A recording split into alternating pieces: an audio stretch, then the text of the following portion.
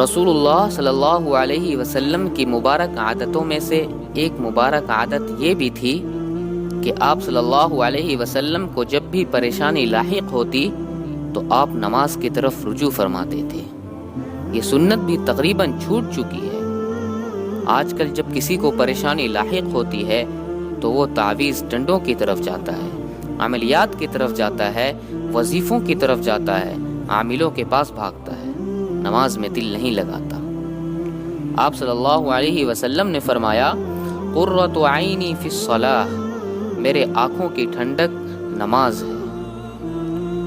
ایک بزرگ فرماتے ہیں کہ جب میرا دل چاہتا کہ اللہ مجھ سے بات کرے تو میں قرآن مجید کی تلاوت کرتا ہوں، سب باتیں اللہ کرتا ہے اس میں مجھ سے، اور جب میرا دل چاہتا ہے کہ میں اللہ سے بات کروں تو نماز کی نیت باندھ لیتا ہوں۔ اس میں سب باتیں انسان اللہ سے کرتا ہے۔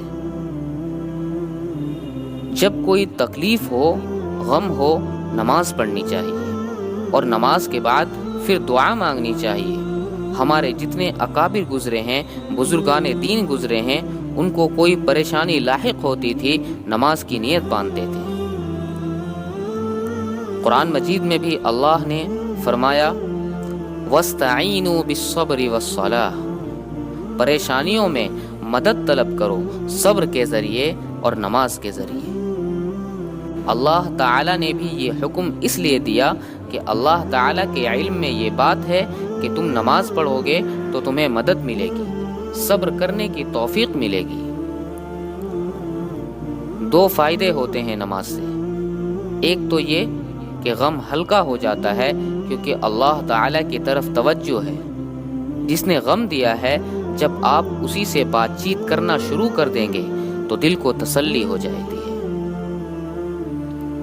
دوسرا فائدہ یہ ہوتا ہے کہ نماز پڑھنے سے دعا جلدی قبول ہوتی ہے۔ نماز پڑھ کر دعا مانگیں گے تو قبولیت کا امکان زیادہ ہے۔ تو جب آپ نماز پڑھ کر اپنے غم میں اللہ سے دعا مانگیں گے کہ اللہ میری یہ تکلیف دور کر دے، تو دعا کی قبولیت کا امکان بڑھ جائے گا۔ تو اس طرح سے نماز جو ہے دو طرح سے غموں کے ازالے کا سبب بنتی ہے۔ اور جیسے مختلف وقتوں میں مختلف کاموں کی اہمیت زیادہ ہوتی ہے، سب سے بہترین جو نماز کا وقت ہے اللہ کو مانگنے کے لیے، وہ تہجد کا وقت ہے۔ رسول اللہ صلی اللہ علیہ وسلم نے فرمایا، اللہ تعالی تین لوگوں کو بہت پسند فرماتے ہیں، ثلاثۃ یحبہم اللہ ویضحک الیہم ویستبشر بہم، تین لوگوں کو جب دیکھتے ہیں تو خوش ہوتے ہیں، مسکراتے ہیں۔